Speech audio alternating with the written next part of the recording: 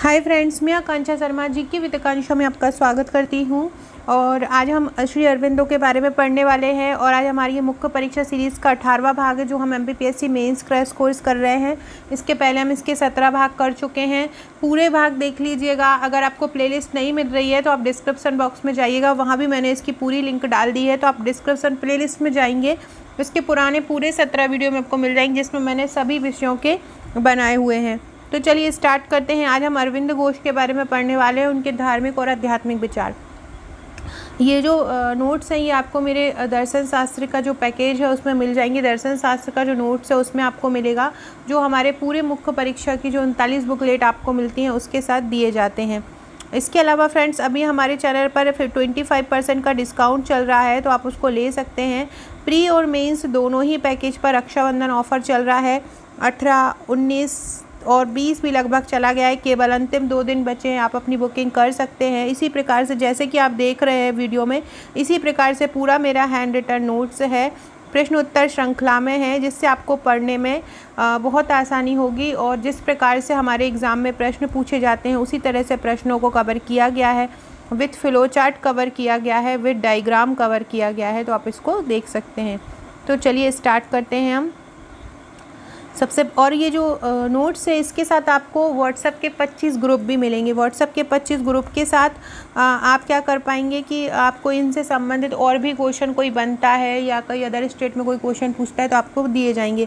Pre की आपको 12 file मिलेंगी। अगर आप प्री का नोट्स लेना चाहते हैं तो प्री की आपको 12 बुकलेट मिलेंगी और मेंस की 39 बुकलेट मिलेंगी, प्लस 25 व्हाट्सएप के पेड ग्रुप मिलेंगे। अगर आप 39 के साथ पुराने सॉल्व पेपर भी लेना चाहते हैं तो 8 बुकलेट और मिलेंगी, आपको टोटल 47 मिलेगी। अगर आप मंगवाना चाहते हैं, अभी 2 दिन ऑफ़र है तो आप इसको मंगवा सकते हैं, आपको बहुत कम प्राइस में ये मिल जाएगा। श्री अरविंदो के दार्शनिक विचार। तो श्री अरविंदो ने जीवात्मा और मानस का अति सूक्ष्म विश्लेषण किया है। जीवात्मा मतलब होता है जीव की आत्मा, और मानस मतलब मनुष्य। तो श्री अरविंदो जो एक बहुत दार्शनिक थे, और इन्होंने जीवात्मा और मानस का एक सूक्ष्म विश्लेषण मतलब बहुत अंदर से गहराई से इन्होंने इसका अध्ययन किया। इनके अनुसार क्या था कि इनके अनुसार मानसिक स्तर की अनेक श्रेणियां थीं। उनमें प्रमुख थी जैसे कि उच्चतर मानस, ज्योतिर्मय मानस, अति मानस, अवरोध का अनुभूति का मानस। मतलब उन्होंने जो मनुष्य के ही अलग अलग 4 प्रकार बता दिए थे। एक उच्चतर मानस होता है, एक ज्योतिर्मय मानस होता है, एक अति मानस होता है और एक अवरोध का अनुभूति का मानस होता है। इस संबंध में वर्णन इस प्रकार है। सबसे पहले जीवात्मा के बारे में पढ़ते हैं, क्या होती है जीवात्मा। तो श्री अरविंदो के अनुसार ब्रह्म, जड़, प्राण एवं मन के पीछे अतरंग जड़, प्राण और मानस है। मतलब इनके जो बाह्य कारक होते हैं जड़, प्राण और मन, इनके पीछे जो आंतरिक कारण होते हैं वो जड़, प्राण और मानस होते हैं।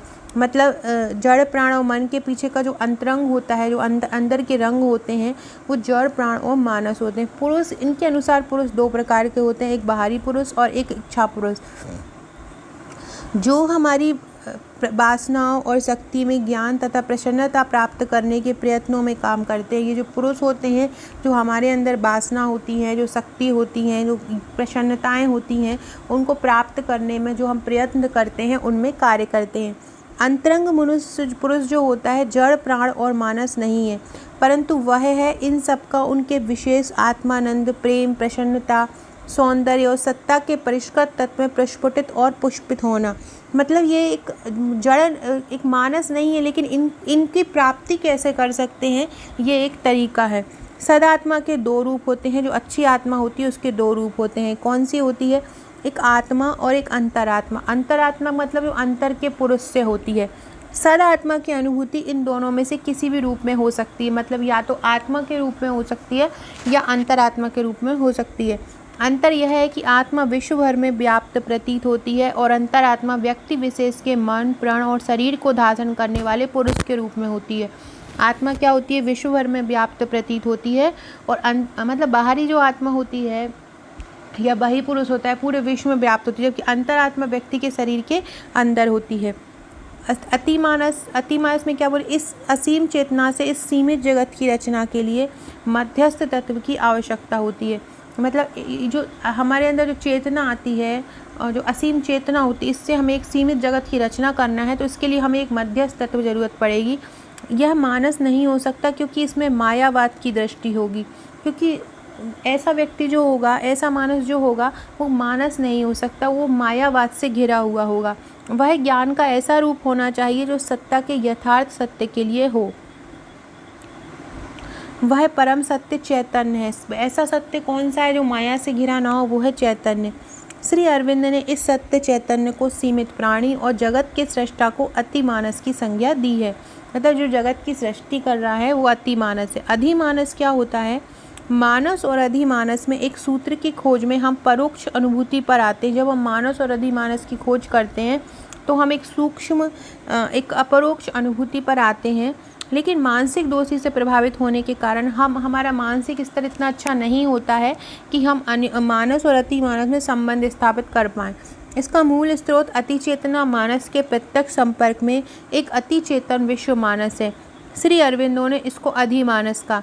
इस प्रकार श्री अरविंदो के अनुसार वर्तमान मानसिकता युक्त व्यक्ति विकास का चरम लक्ष्य नहीं है। मतलब एक मानस होता है, एक ओरली हम देख, जब वो बहुत अच्छे से अपने माइंड को विकसित कर लेता है तो अधिमानस हो जाता है, और वो बिल्कुल सर्वोच्च चेतना प्राप्त कर लेता है तो वो अतिमानस कहलाता है। मतलब मानस के ही विकसित रूप अधिमानस और अतिमानस है।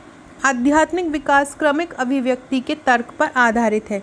अतिमानस ज्ञान की प्राप्ति के लिए आंतरिक तीव्र अभिप्सा, दैहिक मानसिक अंगों का दिव्य के प्रति पूर्ण समर्पण और दिव्य द्वारा उनका पूर्ण रूपांतरण आवश्यक है। मतलब अतिमानस के लिए जो हमारे अंदर जो तीव्र इच्छा होती है उसका हमको त्याग करना चाहिए, मानसिक अंगों का दिव्य के प्रति पूर्ण समर्पण करना चाहिए और दिव्य द्वारा उनका पूर्ण रूपांतरण आवश्यक, मतलब माया से रहित होना चाहिए।